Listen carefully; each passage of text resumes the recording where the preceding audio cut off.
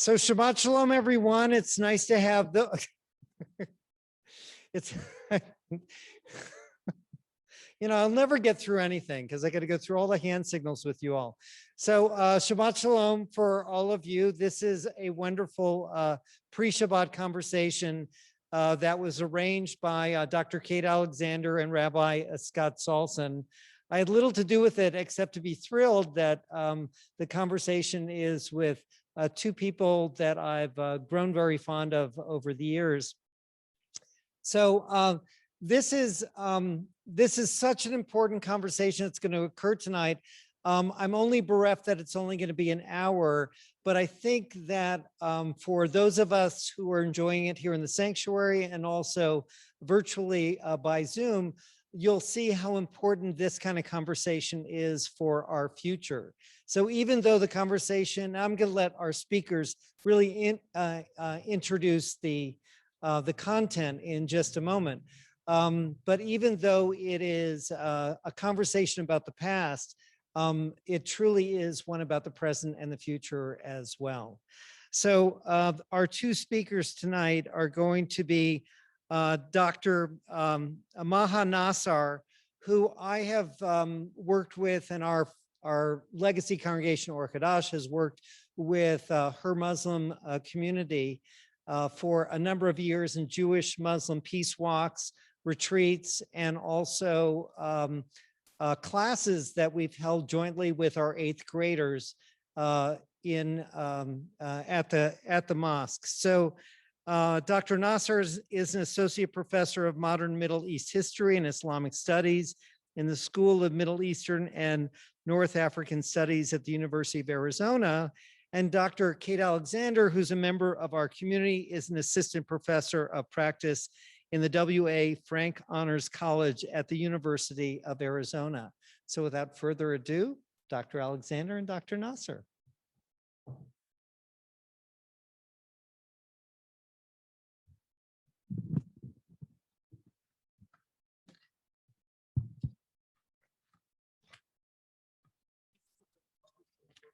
Good evening. Okay. Good evening, everybody, and thank you, Rabbi. The rituals of unmasking that we do now. Well, Maha, thank you so much for agreeing to this. If we what we hope to have happen is that this is the first of a series of 2 conversations. I think it's planned for March. I don't think either of us off the top of our head remembered the date, but we can find that out for you later on. So how would you like to begin? Well, I'd like to start by thanking you for inviting me and to thank all of you for coming out on a Friday evening after what I'm sure is a very long day and a long week for many of you. So I think I'll share that this conversation kind of started in the produce aisle at Sprouts. We happened to bump into each other one weekend and said, "Hey, how are you? Hey, how are you? Hey, what are you working on? Hey, what are you working on?" And then what happened? And then another chance meeting, I ran into Rabbi Salson at Tucson Meet Yourself, and I'd never seen him in person, and I didn't realize how tall he was. And it's so strange to have seen people for so many months on Zoom and then to run into them. And he asked about my colleague at the university and said, "Do you think that Dr. Nassar would be interested in doing a talk at Kolomia?" And I said, "I can certainly ask." And so we started talking about what that talk would look like, what it would entail. And we realized quickly we probably had a lot to talk about and maybe needed to do 2 halves of a conversation. So. So one of the things that sparked, I think, both of our interests is, so my research is on Palestinian history and the history of the Palestinian people.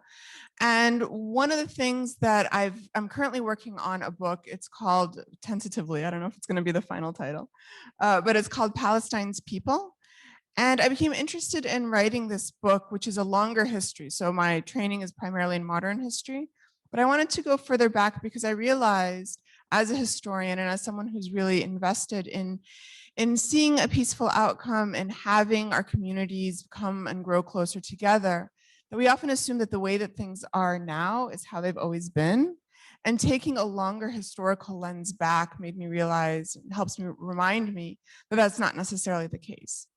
And so I'm happy to talk a little bit about that tonight and to have this conversation with Kate. Right. So we're setting the Wayback Machine a little bit. Our idea is to start wherever we decide the beginning is this evening, and go up into about the middle of the 19th century. We're going to save that mid-19th to maybe the present conversation for the second half. So stay tuned for that. But I think to start with, we assume often that what we see in the world now, how we understand things, how folks relate to each other, that has always been that way. There's to draw in a little bit from my research, which focuses a lot on gender in social dance communities, which is very, very different from what we're talking about tonight. But there's a scholar who reminds us of something called perverse presentism. And they're specifically looking at how we understand LGBT history, that we understand the past through the lens of the present. And I think that very much sort of speaks to your point that what we are used to seeing, what we're accustomed to understanding, is not always how it's been. So let's talk about what was. What was, sure. So if we're thinking about Muslim-Jewish relations in Palestine, I think at first it would be helpful to talk a little bit about Islam, about some of the core tenets and teachings, and then how they may have informed and how they did inform and did not inform in some ways the actual lived realities of people on the ground over the last 1,300 years or so. So, as many of you probably know, Islam considers itself to be a monotheistic religion, an Abrahamic religion, one that's very much in conversation with Judaism and with Christianity. Christians and Jews are referred to in the Quran as people of the book or as people of scripture, in recognition of the fact that those communities and those religious groups, they have prophets that Muslims recognize, and they have scriptures that Muslims also recognize as being from the divine. And so there are lots of verses in the Quran that talk in a very positive way about people of the book. But at the same time, being the new monotheistic kid on the block, there are also verses that challenge their older Abrahamic siblings. And so so today, again, talking about that presentism, there is sometimes, I think, a tendency to try to cherry pick verses from here or there and say, aha, see, this is what it says. But when we look at it in its totality, we find a very nuanced and complex picture. And then when we look to how those teachings actually informed Muslims who then moved to what was then Byzantine Palestine, Roman Palestine, in the 7th century, we find that it's actually, they arrive at a time in the early 7th century when there is a lot of animosity between Christians and Jews in Palestine. That's partly a legacy of the Roman Empire, and we all know about the Roman Empire and persecution of Jews.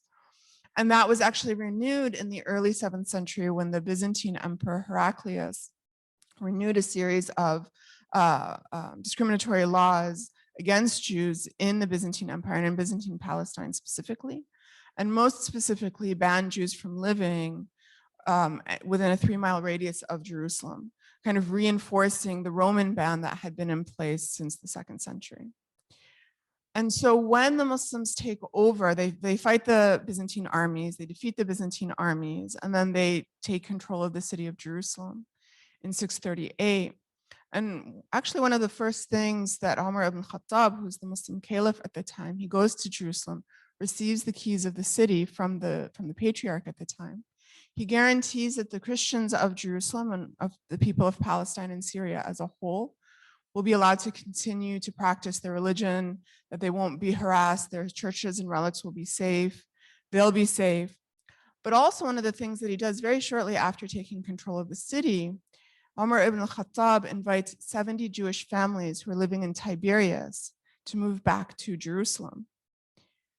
And so I came across this in a number of places in my research, and I was kind of surprised by it every time I did, because I thought, I don't remember reading about this. I don't remember hearing about this. This isn't something that we're taught when we think about Muslim-Jewish relations. And indeed, 70 Jewish families did move back to Jerusalem, and it reinvigorated a Jewish presence in the Holy City, in the Old City, until the time of the Crusades.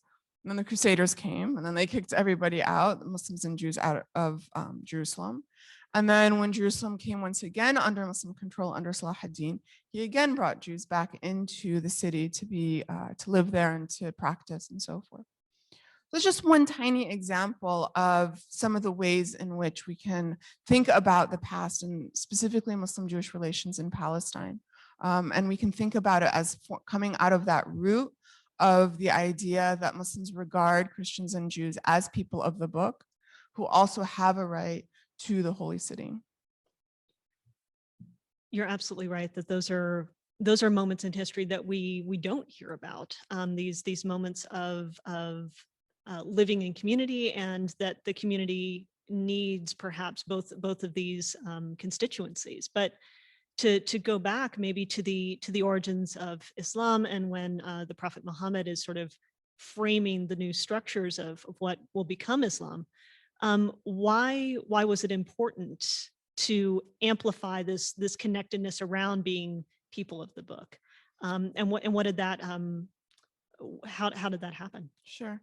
So I think there are a couple of things to think about with regard to that. One is to remember that in the early years of the Prophet Muhammad's message, he's based in Mecca, which is a polytheistic city. That's where people are worshiping idols, worshiping statues. And so part of his message is to emphasize monotheism, to emphasize the idea that we should not be associating partners with God, and to underscore that this isn't just like him making this stuff up. He would invoke the histories and the stories of the earlier prophets, which were known to the people of Arabia, whether they were monotheist or polytheist. So a lot of the stories of the prophets that are told in the Quran, Muslims are taught that the occasion for revelation is that Muhammad is constantly being challenged. What do you mean only one God? What do you mean no partners? What do you mean there's a hereafter? What do you mean you should worship something that you can't even see? And so the stories of the earlier prophets is a way for the Prophet Muhammad to situate his core message of Islam within this longer history that people may be familiar with. So that's one element of it. And then if we move to the Medinan period, so Muhammad and his early followers are persecuted in Mecca after about 12 years or so, after about 12 years, they they immigrate from Mecca to Medina, which is a city to the north, which has a more mixed constituency, where there are former polytheists who have now embraced Islam. There are also a number of Jewish tribes, and because it's a major oasis and trading outpost, people from throughout the region are also coming there. So there are Christians there and others. The main communities there are people who have now taken Muhammad as the prophet, as his follower, as well as a number of Jewish communities. And so early on in the Medinan period, Muhammad makes an agreement with the people of Medina that scholars today call the Constitution of Medina, or the Pact of Medina, that very explicitly states that there are people who will accept Muhammad as the prophet, and there are people who won't, and that there will be respect for those Jewish communities and Jewish tribes who take Muhammad perhaps as a political leader, especially because they're still being attacked by the polytheists over in Mecca, but not necessarily as a religious leader. And so I think in part to explain this and to justify it maybe to skeptics, I think the people of the book Verses helps explain that while we are uncompromising in our opposition to polytheism and to polytheists, we recognize that there are other people, other monotheists who may not necessarily be Muslim, but who are part of this shared tradition. And if I did my reading and remembering right, the Constitution of Medina then became sort of the model for how non-Muslim communities would be engaged with and considered throughout Muslim-controlled areas, yes? In sort of a loose, I would say, it's sort of a loose model. The verbiage wasn't taken because a lot of the language of the Constitution of Medina is very specific to Medina. But the principle that there is no compulsion in religion, which is a Quranic verse, there are actually many Quranic verses that it is not any one person's role to force other people or compel other people to adopt their way of thinking. So there's that verse, there's no compulsion in religion. There's a whole chapter actually where the Prophet Muhammad is told by God, according to Muslim belief, to tell the non-believers, we don't believe in what you believe in. You don't believe what we believe in. We have our religion and you have yours. And there's this sense of, and then there are many other verses also in the Quran that emphasize that only God is the one who guides people to the straight path, that it's no one person can do that. And the Prophet's own life tells us that. I mean, some of his closest family members rejected his call till the very end. So if the Prophet Muhammad can't convince people, who are we to do so? So I think it's this combination of this recognition that there are monotheists who should be recognized and treated as such, treated as part of this larger Abrahamic family, and this directive not to compel people to religion. And bringing it specifically to Palestine, how was those ethos interpreted there? So when generally speaking, and then specific to Palestine as well, when Muslims, we often talk about the spread of Islam, and I like to make a distinction between the spread of Muslim rule and the spread of Islam as the dominant faith. So Muslim rule spread really rapidly for a lot of historical and political reasons having to do with the weakness of the Byzantine and the Roman and the Persian empires, political stuff we don't need to get into right now. And so Muslim rule spread really, really quickly. And if you like Google Maps, you see these big, areas that came under Muslim rule. But when we actually dig deeper and look into the actual societies on the ground, including in Palestine, we find that the vast majority of the inhabitants remained non-Muslim for centuries after these areas came under Muslim rule. So Palestine itself had continued to have a majority Christian population for a good 3 or 4 centuries after Muslims took over the political rule. And that has to do with a couple of things. One is that Muslims didn't want to destabilize. They basically just wanted tax revenue and stability. They weren't interested in converting people. And so how do you get tax revenue and stability? You kind of let people do their thing. And you set up an effective administration so that you can collect taxes, but you also have to provide services. Otherwise, you're going to get a revolt. Nobody wants a revolt. So they were really more concerned with the nuts and bolts of administration rather than delving into people's theological or religious lives. What ended up happening, though, is that they often found themselves, the Muslim governors of Jerusalem and the other areas found themselves having to mediate between different Christian factions who didn't like each other. Later on, different Jewish factions, the Hierarchies and the Rabbinites, did not get along. So sometimes they're mediating that sort of thing. But for the most part, between the idea of non-involvement in people's religion and priority on stability, we don't find that much. We find a much more gradual process of conversion than we do of political rule.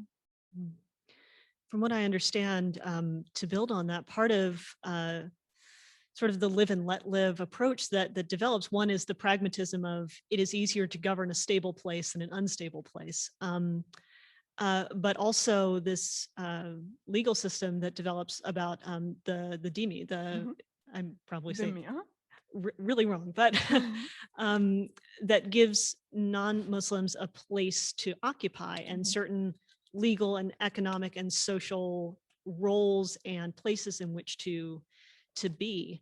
And I think one other thing that stood out to me in thinking about this was the idea of social hierarchies, which we have now certainly and exist in the past, but is this also one of those moments where applying sort of a modern sense of hierarchy to that system, which did not put non-Muslims on equal footing with Muslims? Yeah.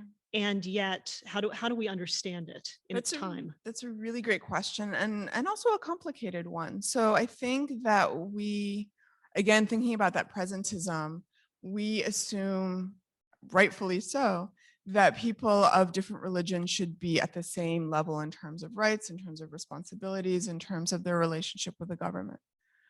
And that's been the norm in kind of democratic liberal societies for a good 300 years or so, usually dating back to about the French Revolution as being the moment when the idea of liberty and fraternity and so forth become the mantras and the ideals. But if we look prior to that, prior to say the late 18th century, all the way back to the beginning of time, we didn't have social hierarchy. We didn't have social equality based on religion. Hierarchies were always based on the religion of the ruler occupied a higher place in social hierarchy than minority religions did. And Islam was no different. So it is very much the case that Muslim rulers and Muslims by and large did consider themselves to occupy the higher echelons of the social hierarchy writ large.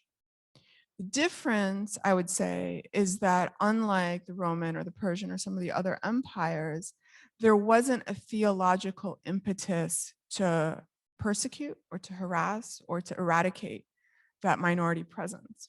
And so the concept of dhimmi literally translates into protection or protected peoples.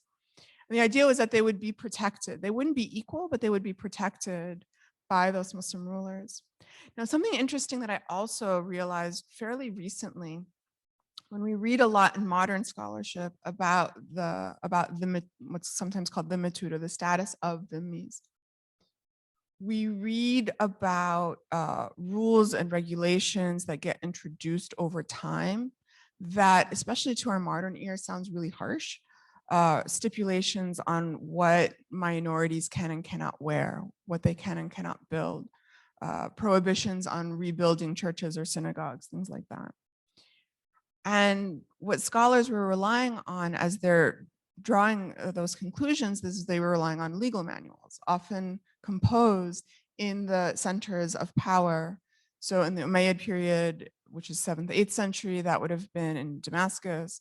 In the Abbasid period, which would have been 8th to say 11th century, that would have been in Baghdad.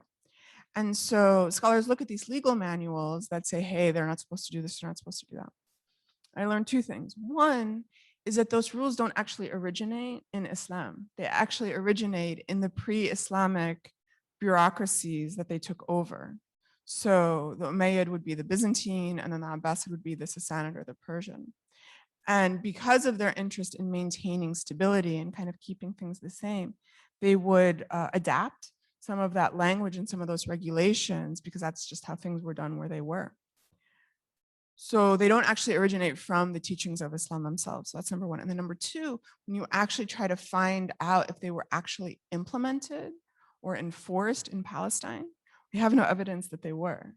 And in fact, we have evidence of the opposite, that people continued to build churches, continued to build synagogues, continued to dress how they wanted or wear what they, were wearing in the past. So when we look, so it's important, I think, to keep in mind theory versus reality on the ground. And I think Palestine in particular occupied a unique place because the other thing about Palestine is that you had a constant stream of pilgrims who were always coming. You had Christian pilgrims coming from Europe, from Armenia, from North Africa, from further east. You had Jewish pilgrims who were also coming from Babylon, from Central Asia, from Europe as well, from North Africa. And you had Muslim pilgrims who were also coming from around the Islamic world. Each confessional group has pilgrims who are going because they recognize Jerusalem in particular, but the Holy Land more broadly, as being this unique space. And so there's much more interconfessional interaction that's happening in Palestine in these centuries than I think is happening in other parts of the Muslim world. And certainly comparing Jews in Muslim lands to Jews in Christian Europe at that time, the fact, I think, one of the things that surprised me is that in dhimmi law, Jews and Christians and any non-Muslim is encapsulated within that protected status, whereas in many times, in many places in Christian Europe, Jews were almost uniquely singled out at times. So there's that huge difference. But to come back to Palestine and sort of, we have this, some scholars have called it a golden age, I guess. That's a big term, I suppose, but the Crusades kind of come along and cause some disruptions. They do. So the Crusades, so what's interesting too is that the Crusaders are coming from Europe, and in the Arabic and in the Muslim chronicles, so the Arabic chronicles, both Arab Christian, Arab Muslim, and Arab Jewish, or Judeo-Arab Jewish, as well as sort of Muslims from lands east, they make a distinction between the native Arabs, the Arabs of the Near East, of Palestine, of that area that they've known that predate Islam even. And the Crusaders who are coming, they refer to them as Franks or Franj. And they're like, these people are different. This is not the kind, they're not embodying the kinds of live and let live kind of monotheistic traditions that we recognize from our fellow Christians who are living in the area. Plus they don't speak the language, plus they have really strange habits, plus. And so there's this very strange kind of sense of foreignness and Europeanness that embodies the people who are living in that region. What's also interesting, and I learned this fairly recently, is that we often, so it's true that the Crusaders, when they came and they conquered Jerusalem in 1099, they expelled all the Muslims and all the Jews who were living in the city and from much of sort of central Palestine as well. The Crusaders were ruling over Jerusalem for 100, say almost 100 years, and were ruling over parts of Palestine, Syria, Lebanon for a good 2 or 3 centuries. And so they weren't able to always keep everyone out all the time because they needed them. They needed Jews and Muslims to survive. They needed their ability, they needed their language abilities, first of all, because they didn't know Arabic, they weren't learning it. They needed their connections to trade routes. Remember, this is the coast, and there's also land trade routes. And so you have Jews who were actually living in kind of coastal Crusader lands, both the Palestinian, Lebanese, and Syrian coasts. And the assumption was that they would be forced to convert, because that was the ethos of the Crusaders, convert or die. But they didn't. And they kept their Arabic. They kept continuing to write in Arabic or Judeo-Arabic, sometimes Hebrew. And what we find is that the reason they were able to maintain that identity is that they were connected to the other Jewish communities that were outside of Crusader control. So they were still connected to the Jewish communities in Iraq, for example, to Cairo, to parts of the Black Sea. And they were able to travel, to commute, to conduct trade. And the Crusaders, even if they wanted to convert them, all realized that they couldn't. So I think, again, it speaks to a much more complicated picture than our current discourse sometimes allows for. And I'm also realizing, because I'm talking more and more in public spaces, I'm realizing I have access to this information because I have a University of Arizona library account. Like, a lot of this stuff is behind paywalls. And so I'm like, wait a minute, how come I get to read about all this really cool stuff and so many people don't? And so part of what I also hope to do with this book is bring a lot of that scholarship. A lot of it is really recent too. It's recent dissertations and scholarship in the last 5-10 years to a broader audience, to kind of recognize that there's a lot going on that we didn't know about. Absolutely. Having the conversations, the opportunity, the written space, and then not only that, writing in a style that's accessible not only for academic audiences too, which is something I know I think and talk a lot about too, is how do we communicate in ways that are legible to folks who don't have years of embeddedness in these topics. Skipping ahead, Sure. the Crusaders are expelled. They come back briefly. They are expelled again. And we move into the Ottoman period, and keeping an eye on time, maybe about 10, we're at 6 o'clock. Okay. So thinking about opening it up for questions for folks as well. Sure. The Ottoman period, which is extends all the way into the 20th century, which we're going to have to cut a little short because, as I said, we're stopping the mid-19th century today. But the Ottoman period, at least initially, represents sort of a return to that stability that we had seen before the Crusader period. But there's also this period of decline, as I understand it, sort of declining relationships and a sort of economic turn for the worse for non-Muslim or at least Jewish residents in Palestine that begins to create almost a greater economic relationship between Jews in Palestine and Jews in the diaspora. So what happened? How did that shift occur? Sure. So let's talk a little bit about the earlier Ottoman period, and then we can move into some of the later. So in the earlier Ottoman period in Palestine, primarily what we have to rely on in terms of sources and source material, is travel logs and travel narratives.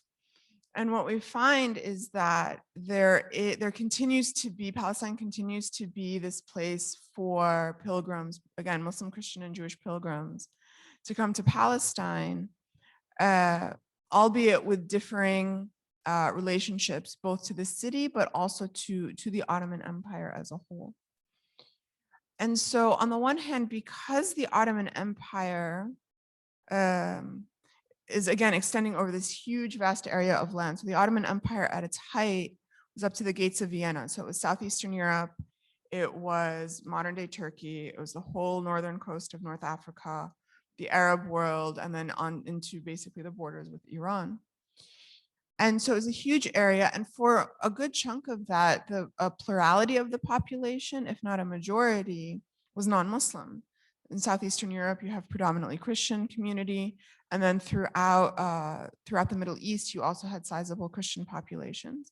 And then you also had Jewish communities that were always a minority, but then you had different Jewish minorities. So you had, as I said before, you had the Karaites and the Rabbinites, but you also had Ashkenazi Jews and Sephardic Jews. You had Jews who had fled Spain in the 16th century because of the Inquisition and persecution, and they take up residence in the Ottoman lands. But you also have growing numbers of Ashkenazi Jews who are fleeing persecution from Europe and coming into Ottoman lands. And so you have lots of different Muslims, lots of different Christians, lots of different Jews. And they're all, and the Ottomans are having to be like, oh my gosh, how do we keep a lid on all of this? And so they developed this system called the Millet System, which is it's a bit of a neologism. I don't think that they necessarily called it a system at the time. But it was essentially the idea of recognizing that there is this multiplicity of religious groups, not just a Jewish group or a Christian group or a Muslim group, but there's a multiplicity, and that each of them ought to be represented by their religious authority figure. So there would be a rabbi for the Sephardic community of this particular area, and another one for the Orthodox Christian community of this area. And so they acted as go-betweens between the sort of ordinary people, we'll say, although everyone is special in their own way, but sort of the ordinary people and the Ottoman authorities. Those religious figures would be the representatives. And so that was mainly how the system was working for a good couple, 2-3 centuries.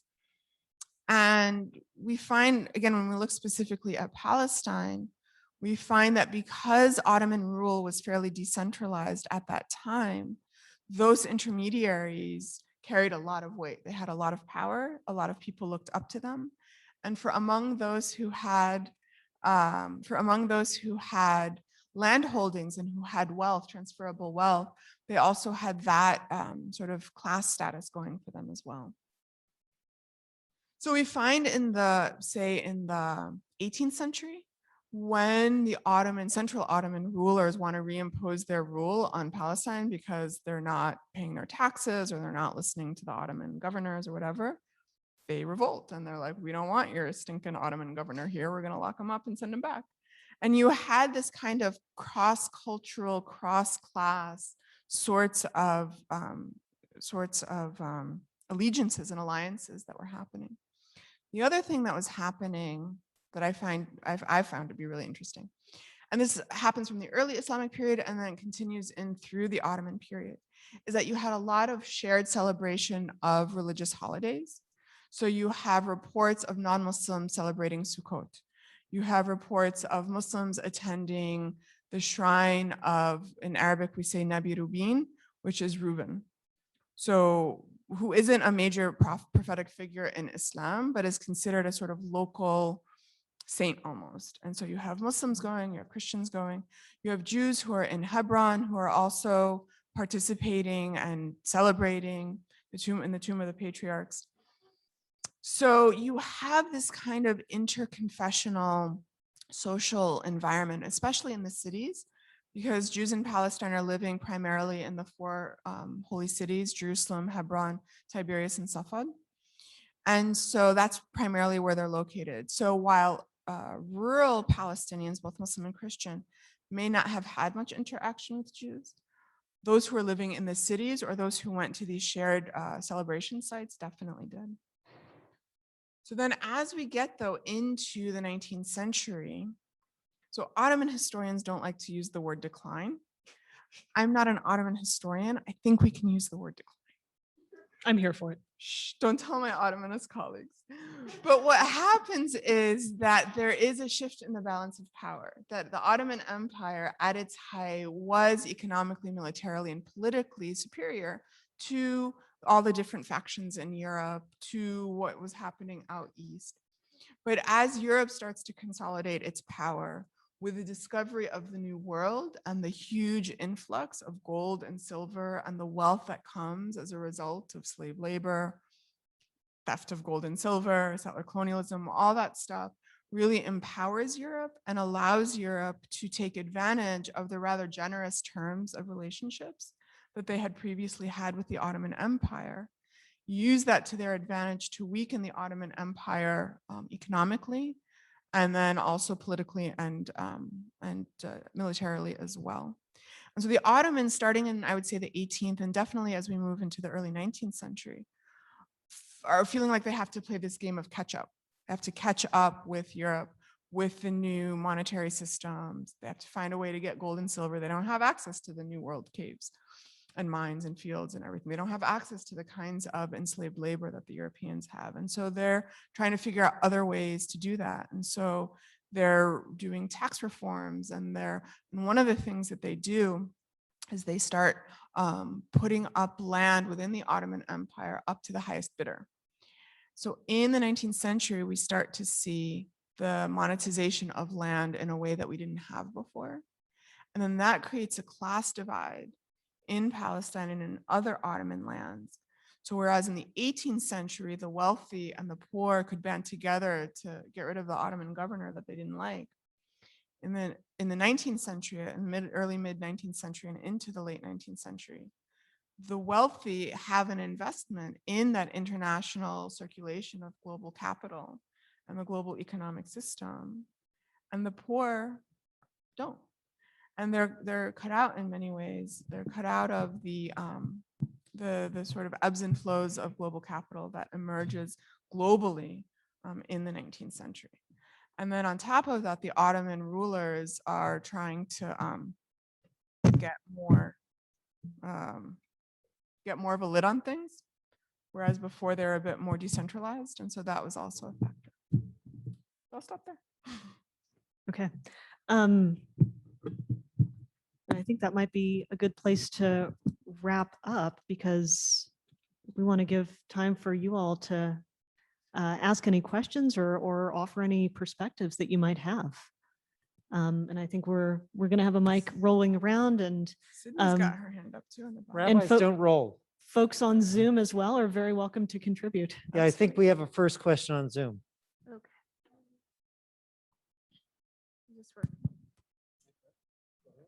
Okay.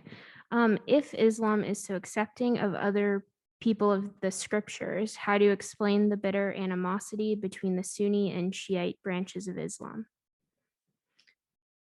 So that's a great question. And I don't mean to be flippant about it, but there is a one-word answer, and it's politics. So rival political factions, as happens in many parts of the world, utilize these differences within Islam, doctrinal differences, to try to shore up support for themselves at the expense of their political rivals. There's a lot I could say about that. The sort of key example I can say with that would be the Ottomans and the Safavids, since we were just talking about the Ottomans. So the Safavid Empire was based in Iran, and it adopts Shiite Islam as a way to mobilize people to support them against their rivals, the Ottomans. And then the Ottomans in turn mobilize around Sunnism to mobilize support against their political rivals, the Safavids. Prior to the 16th century, you had a huge mixture of Sunnis and Shia living in the Ottoman Empire, and the majority of Iran was actually Sunni. So, and I would also say that the Sunni-Shia split doesn't happen at the formation of Islam, right? So as with all religions, you have the sort of core doctrines, and then you have how people interpret them over time, and they don't always align. So thank you for that. So let me just take the next question. This is related, I think, to Dr. Alexander's field of interest in ethnomusicology. Did I get that right? Oh, God, I'm so fortunate.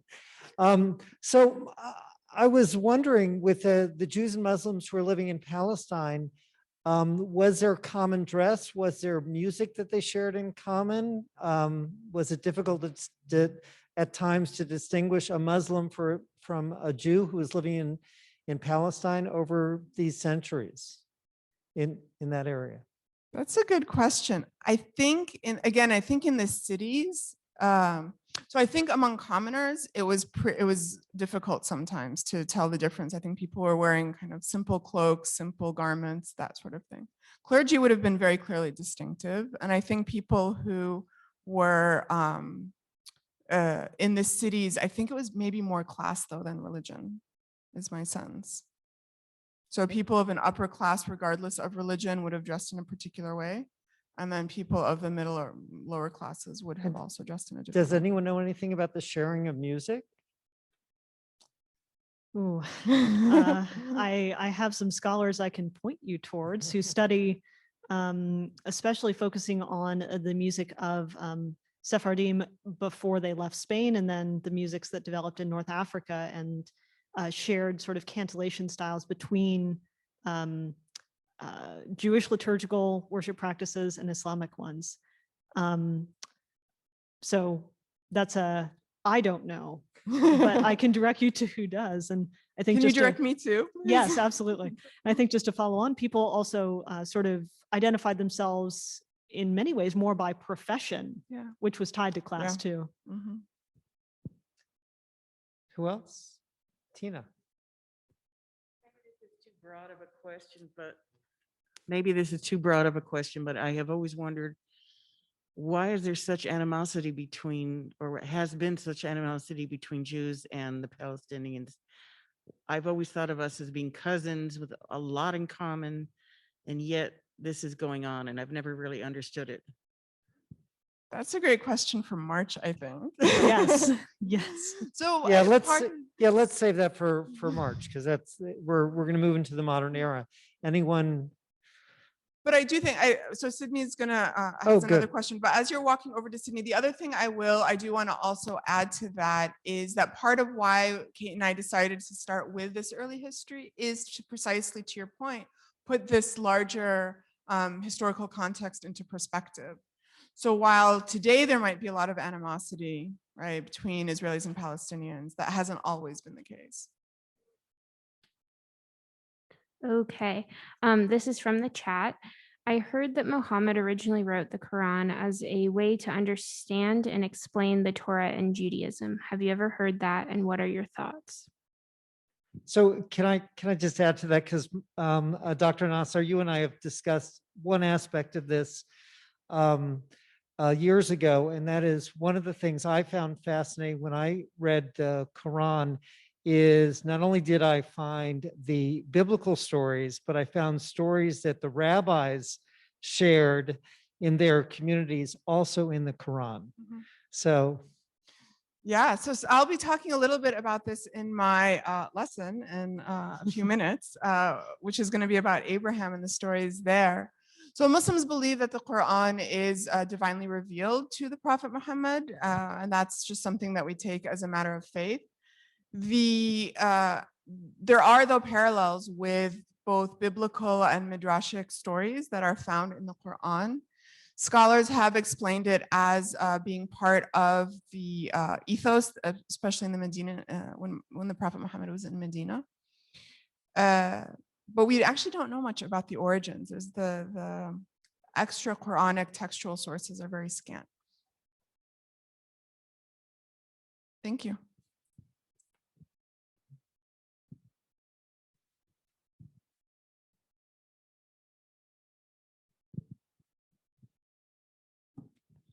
Are these discussions going on in Muslim communities as well as in Jewish?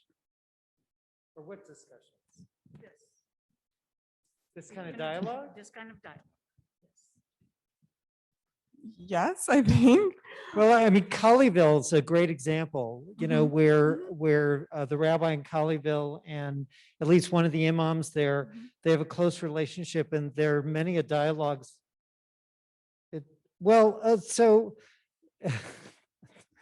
I mean, just beyond, I mean, our communities have done things together for years. Yeah. So that has been happening. I know Rabbi Eisen from Anshe Israel hasn't been involved in dialogue with at least one or two of the imams, as well as Rabbi Kohan, myself, and others. So yeah, this is not unique. So we've actually hosted, the Muslim Community Center of Tucson has hosted Rabbi Lachaim and Congregation Or Chadash, back when it was a Congregation Or Chadash, and frankly, Congregation Temple Emmanuel as well. So we've had actually a large number of interfaith dialogues hosted at both the Islamic Center of Tucson and the Muslim Community Center of Tucson, and I hope that can continue. Right. All right, last question, because we're just run out of time. I just wanted to say that when this building was still Temple Emmanuel, we had some people over to speak about Islam when there was a group called Rayut. So it's been ongoing, the dialogue. Thank you. The mascot. Yeah. So I want to thank Dr. Nassar and Dr. Alexander. I guess I should get in the picture for our Zoom folks. Okay. So I want to thank our two doctors, not medical, but certainly educational and scholarly. And you're going to, for those who continue to join us for Shabbat services, you will hear from them again in a slightly different context. So thank you very much. And we're going to take a few-minute break as we set up for our Shabbat services. So thank you two very much. Thank you all for coming out.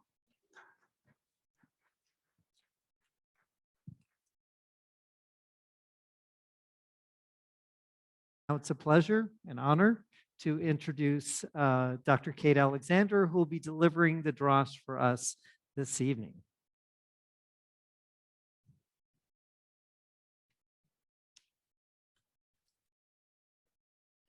Shabbat Shalom. Shabbat Shalom.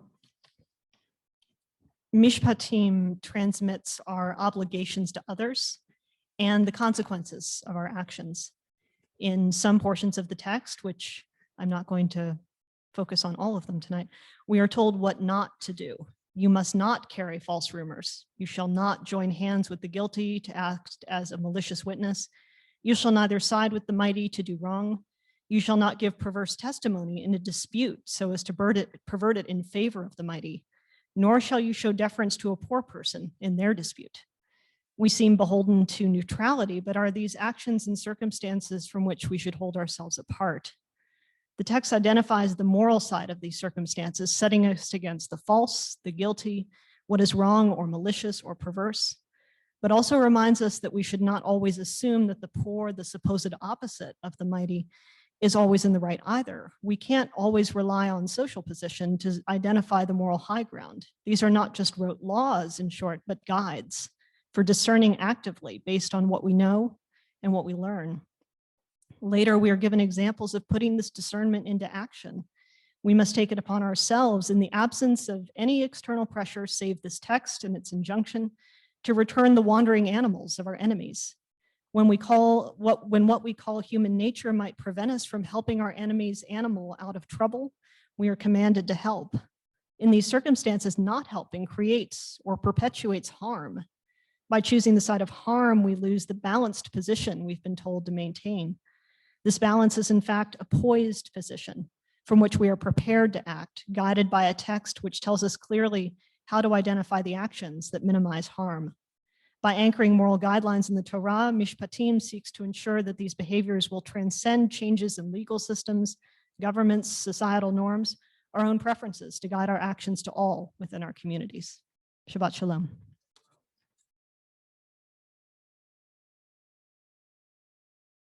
I'm back for one moment, but I won't stay long because I would like to introduce my esteemed honored colleague, Dr. Maha Nassar, who's going to offer the lesson this evening.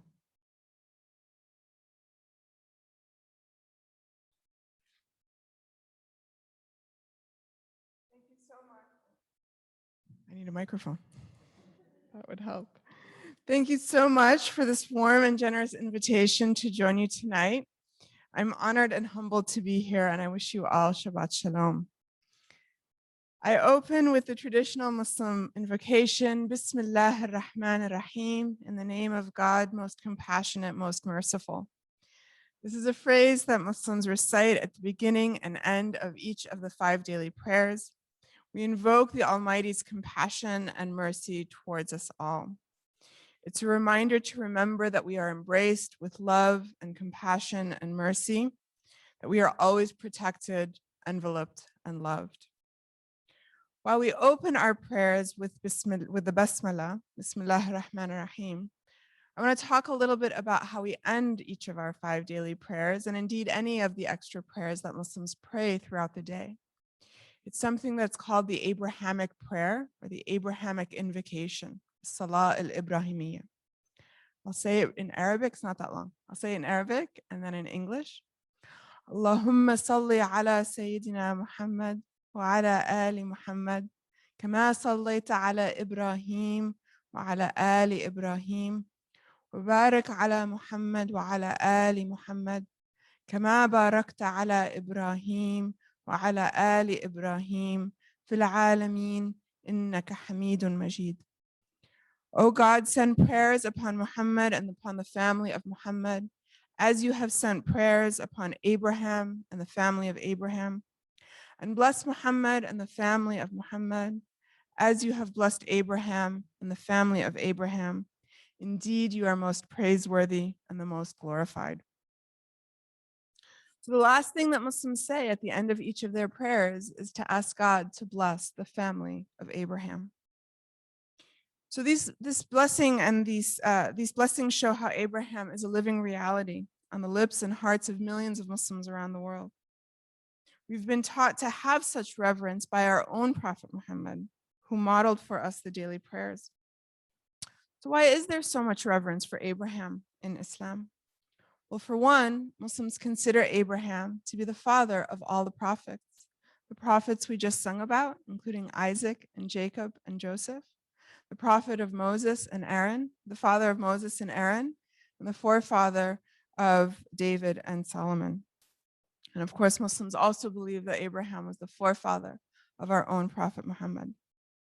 Abraham is the second most mentioned prophet in the Quran after Moses, and he is referred to as Khalilullah, friend of God.